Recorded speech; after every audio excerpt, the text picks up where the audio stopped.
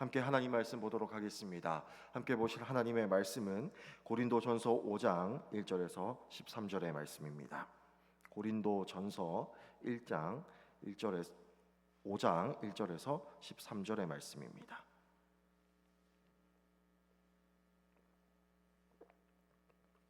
제가 가지고 있는 신약성경 267페이지에 있습니다. 고린도전서 5장 1절에서 13절의 말씀을 우리 교독하시도록 하겠습니다. 너희 중에 심지어 음행이 있다 함을 들으니 그런 음행은 이방인 중에서도 없는 것이라 누가 그 아버지의 아내를 취하였다 하는도다.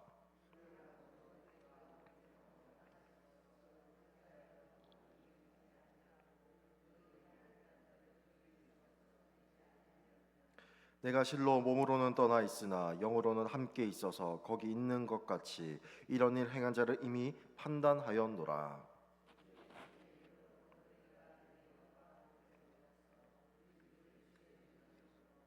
이런 자를 사탄에게 내어 주었으니 이는 육신은 멸하고 영은 주 예수의 날에 구원을 받게 하려 함이라.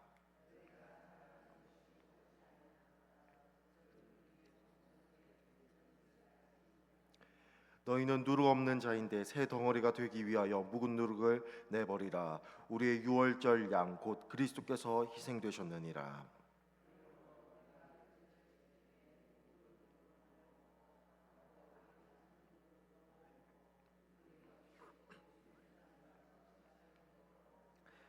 내가 너희에게 쓴 편지에 음행하는 자들을 사귀지 말라 하였거니와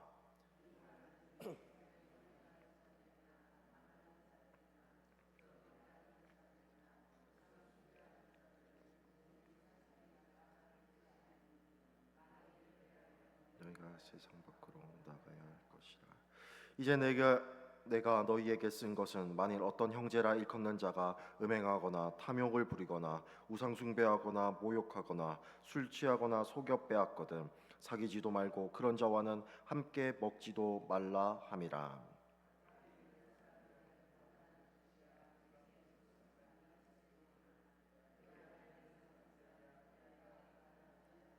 우리 13절 같이 읽겠습니다. 밖에 있는 사람들은 하나님이 심판하시려니와 이 악한 사람은 너희 중에서 내쫓으라. 아멘. 사도 바울은 고린도 교회의 여러 문제들 중에서 특별히 고린도 교회의 분쟁을 1장에서 그리고 1장부터 4장까지를 통해서 다루었습니다. 그리고 사도 바울은 5장을 통하여서 그들 가운데 있었던 새로운 문제를 꺼내 들기 시작합니다. 그것은 바로 음란, 곧 음행의 문제였습니다. 특별히 그들 가운데 있었던 근친상간의 문제를 꺼내게 되는 것이죠. 사도 바울은 교회에 분쟁이 있을 수밖에 없었던 이유를 그들의 도덕적이고 윤리적인 부분이 무너졌기 때문이라고 말하는 것 같습니다. 고린도 교회의 교인들은 당시 세상 사람들조차 용납하지 않았던 근친상간의 죄를 범했던 사람들이었습니다. 바울의 이방인 중에서도 없는 것이라는 말씀은 교회의 윤리적인 기준이 세상보다 얼마나 낮아졌는지를 부각시키는 말이 아닐 수 없습니다. 더욱 그들에게 문제가 되었던 것은 그럼에도 불구하고 교회는 여전히 영적으로 교만한 상태에 있었다라고 하는 사실에 있었습니다. 뿐만 아니라 교회 공동체 모두가 그 죄악을 알았음에도 불구하고 아무런 조치를 취하지 않은 것이 화근이었습니다.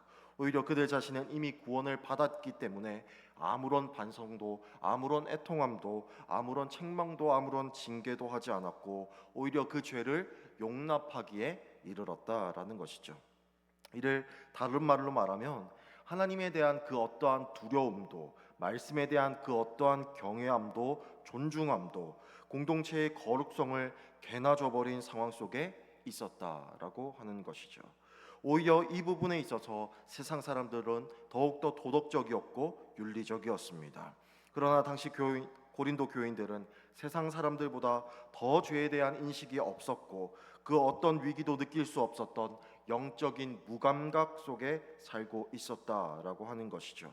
그래서 사도 바울은 그들을 향하여서 통한이 여기는 것, 곧 공동체가 함께 아파하고 회개하고 그에 합당한 열매를 맺는 책임 있는 행동을 요구하였습니다.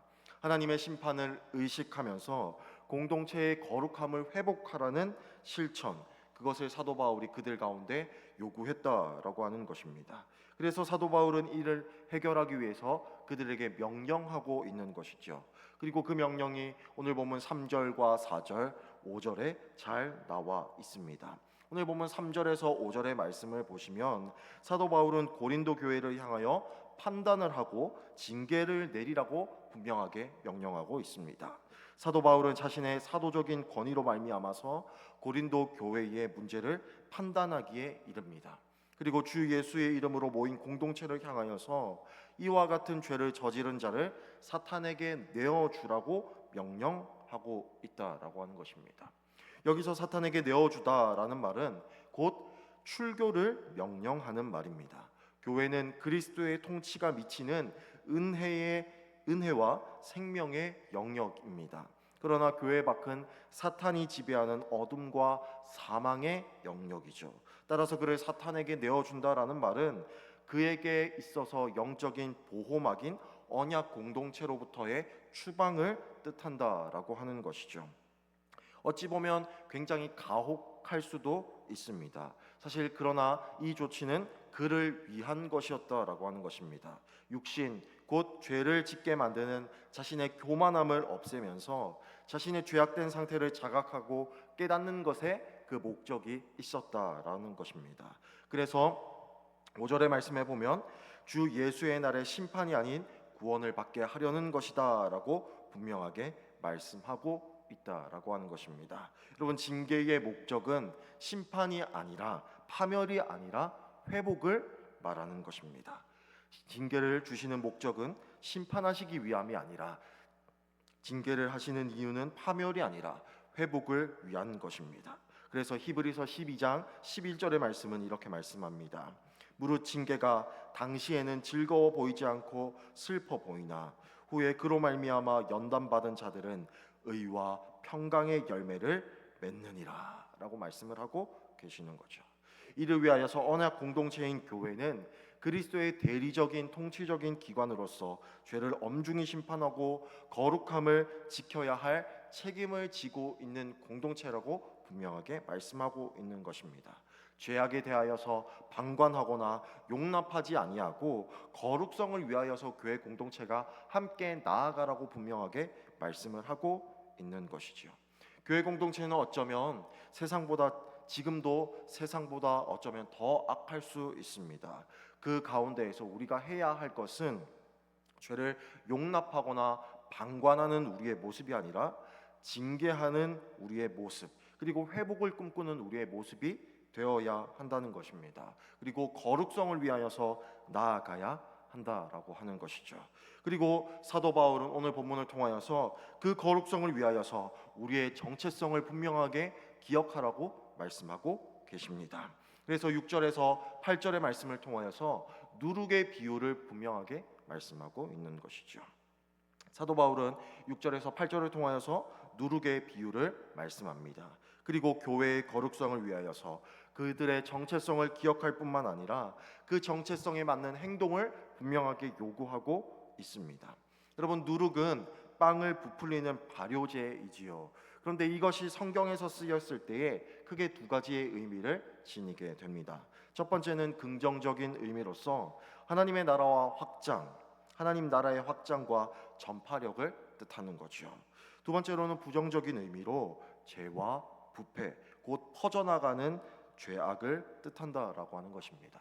오늘 본문에 쓰인 이 누룩은 부정적인 의미로 쓰였다라고 하는 것입니다. 사도 바울은 고린도 교인 안에 있는 교만을 포함한 모든 죄악이 개인의 죄로만 끝나는 것이 아니라 교회라는 반죽 전체, 즉 온 덩어리를 오염시킬 수 있다라고 하는 것을 분명히 강력하게 경고하고 있습니다. 뿐만 아니라 그는 이를 경고하면서도 그들의 정체성을 꼭 기억하라고 말씀하고 있는 것이죠. 그래서 오늘 본문은 무엇이라고 말씀합니까? 오직 순전함과 진실함의 떡으로 하자라고 말씀하고 계시는 것이죠. 다시 말하면 그들이 누리는 구원과 교회의 존재와 거룩성이 유월절 어린 양 되시는 예수 그리스도의 죽으심과 부활하심을 통하여서 가능하여졌고, 우리는 그로 말미암아, 그리고 그들은 그로 말미암아 거룩하여졌기 때문에 순전함과 진실함이라는 삶으로 살아가야 한다라고 분명하게 말씀하고 있는 것입니다. 사도 바울은 8절에서 말하는 대로 명절을 지키되라고 말씀을 하죠. 1년에 한 번 지키는 유월절이 아니라 그들은 유월절의 피로 거룩하게 되었고 새롭게 되었으니 이제는 그 새롭게 된 정체성을 가지고 날마다 거룩함을 교회와 세상 가운데 드러내라는 것입니다. 우리는 예수 그리스도의 피로 말미암아 깨끗해졌습니다. 우리는 더 이상 죄악 가운데 머물 수가 없다라고 하는 거죠. 우리는 죄악이 아닌 거룩으로 교회와 세상 가운데 나아가야 합니다. 우리는 교회와 세상 가운데 죄와 부패를 퍼뜨리는 사람들이 아니라 우리는 거룩성, 예수 그리스도의 거룩, 하나님의 거룩, 성도의 거룩을 보여주고 전하는 사람들이다라고 하는 것이죠. 우리가 이 정체성을 기억하고 그에 맞는 삶을 살아갈 때에 우리는 세상을 비추는 빛으로, 세상에 맛을 내는 소금으로, 세상에 불을 닦는 소금으로 살아갈 수 있습니다. 사도 바울은 9절에서 내가 너희에게 쓴 편지에 음행하는 자들을 사귀지 말라 하였거니와 라고 분명하게 말씀하면서 고린도 전서 이전에 그들에게 보냈던 편지를 언급합니다. 사도 바울이 그들에게 명령했던 음행하는 자들은 이 세상 사람들이 아닙니다. 오히려 교회 공동체 안에서 자신이 그리스도인이라고 말하면서 칭하면서 죄에 대한 그 어떠한 애통함도 없이 회개함도 없이 거룩함을 드러내지 못하는 모든 사람을 끊어내 버리라고 강력하게 요구하고 있는 것이죠.